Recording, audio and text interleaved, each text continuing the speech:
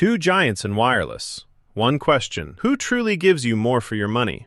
Which one really delivers? On the left, Verizon, unmatched coverage and premium perks in 2025. On the right, Cricket, simple, affordable, prepaid value that's changing the game. Let's skip the buzzwords and get to the real differences that matter.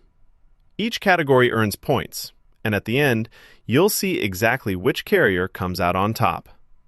The winner might just surprise you. Here's how we're comparing: price and value, coverage and network quality, plan flexibility, international and roaming, perks and extras, family and multi-line, and customer experience. Yep, we're going deep. Let's kick off with price and value because, you know what? That's usually the deal breaker. First up, Verizon. So, yeah, Verizon is kind of the flagship option. You get access to postpaid plans, which means you can splash out for extra perks and grab the latest phones. But, and this is a big but, it's expensive. Taxes and fees? Oh, those are tagged on top, so don't get sticker shock. Now, switching gears, Cricket. Honestly, Cricket knows how to play in the value league. Taxes and fees are already baked into your monthly price. If you want a simple bill, that's a win. You get discounts for multiple lines and just a lower monthly cost overall. But, I mean, fewer premium perks compared to Verizon. So who's taking this round? I think we all know Cricket comes out ahead for price and sheer value. Next up, coverage and network quality. And I'll be honest, this is where the drama happens. Verizon is just kind of legendary here. They've got the best 4G LTE and pretty fast 5G coast to coast. Rural towns, highways, Verizon pretty much always shows up. You also get priority data, so your speeds don't tank when the network's packed. But yeah, sometimes that top-tier performance does cost you. Now, Cricket uses the AT&T network, which is super reliable in urban and suburban spots. Calls? Usually crisp. Data speeds? Not bad, but, and here's the catch, your data can get deprioritized when everyone's online. And out in the countryside, Cricket just isn't on Verizon's level. So, for coverage legends, Verizon definitely wins. All right, let's talk plan flexibility. First up, Verizon. I'll say there are a ton of customizable add-ons. Stuff like streaming perks, hotspot options. You can really build out your plan for about 10 or 15 bucks extra. You also have multiple unlimited options. Downside? No prepaid options really. And let's be real, the structure can get confusing fast. Now, Cricket. It's all about prepaid and pay-as-you-go. Simple plans, no contracts, and you just pick what fits. Done. Feels fresher to me, but you don't get as much room for high-end tweaks. So, honestly, this round's a tie. Depends what you vibe with. Oh, and here's something cool you probably didn't know.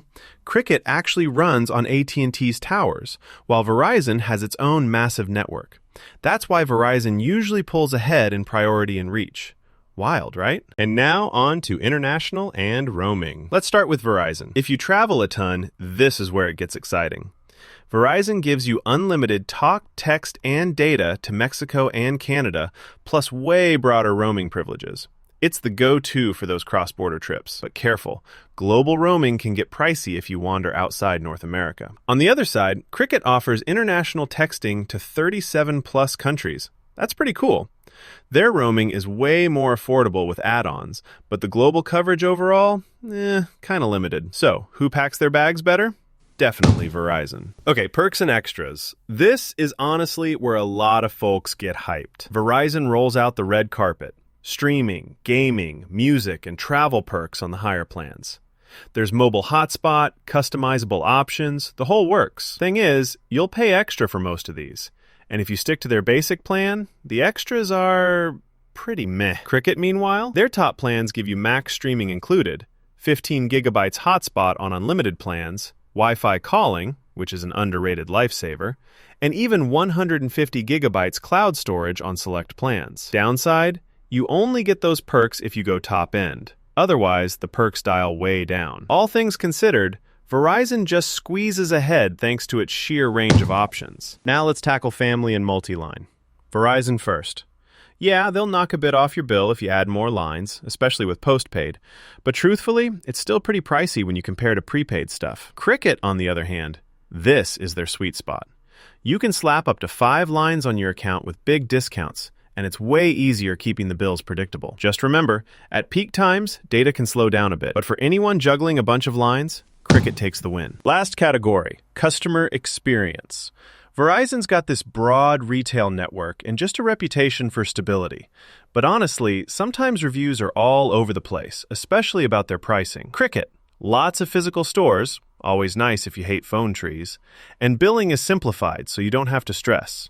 Sure, you won't get some of those advanced customer support tools, but really, these two are pretty evenly matched here. So yeah, it's a tie. Let's plot all those scores on the radar. Verizon dominates in coverage, perks, and international. Cricket's your champ for price, family plans, and that headache-free billing. Flexibility and customer experience? Pretty much neck and neck. So after all that, my honest opinion? If you crave top coverage and want to trick out your plan with every perk you can imagine, Verizon's your ticket.